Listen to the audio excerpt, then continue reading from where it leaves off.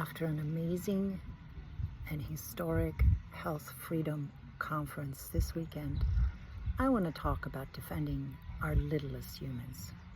Imagine for a moment that you're a baby, cozy, warm, floating in the womb, completely at peace.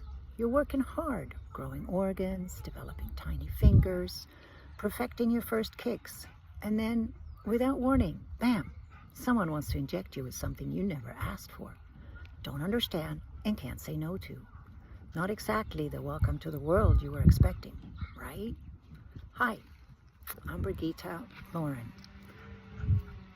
Board of Governors of the National Health Federation and a passionate advocate for holistic health, fertility, pregnancy, wellness, and raising sovereign, thriving children. Today, I want to talk about the most vulnerable among us, the unborn babies and newborns who have no voice, no choice, yet face one of the greatest health threats of our time, forced medical intervention, starting with vaccines. Let's get real. Babies are incredible. In just 9 months, they go from a single cell to a fully formed little human with a heartbeat, a brain, and more personality than your cranky neighbor. But they're also fragile. Their immune systems aren't just developing, they're taking their first baby steps. And what do? We hit them with chemical cocktail before they even learn to smile. Day one, the womb is designed as nature's ultimate protection zone. Think of it as a VIP section of life. Babies are given maternal antibodies, safeguarded by amniotic fluid, and nurtured by perfectly balanced nutrition. The moment they enter the world, they will depend on natural protection of breast milk, skin-to-skin contact, and organic immune-building experiences.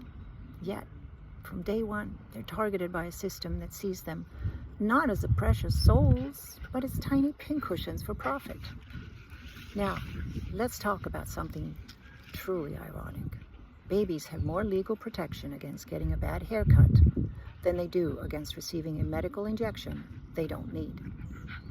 You can't pierce a baby's ears without parental consent, but you can inject them with substances that have never been tested in combination on a newborn body. This is nuts, and it's even done without parental consent at times. And the logic is baffling. We are told that these shots are necessary from birth because clearly every newborn is at high risk for hepatitis B from their non-existent drug habits and wild nightlife. And don't get me started on the flu shot recommendations for pregnant women, because nothing says strong fetal development like a dose of aluminum and mercury straight into the bloodstream, or, of course, the clot shot. If newborns could talk, they'd probably say, hey, I just got here. Can we just slow down with this experimental jabs and let me figure out how my hands work first?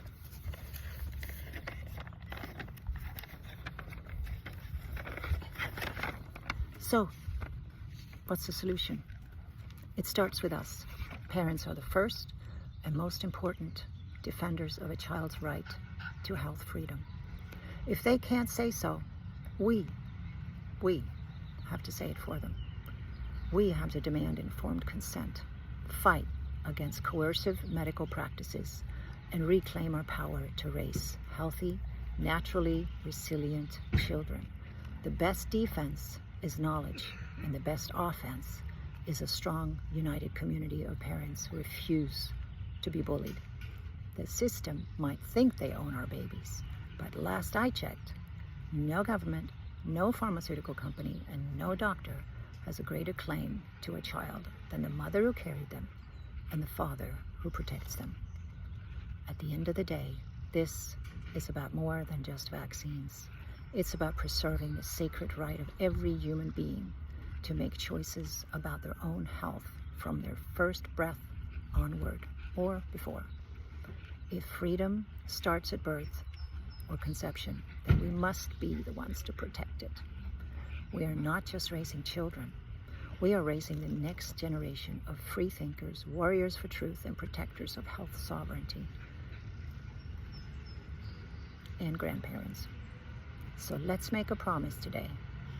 Be louder than the lies, braver than the pressure, and stronger than the fear, because every child deserves a chance to grow, to thrive, and to experience a world where optimal health is actually an option.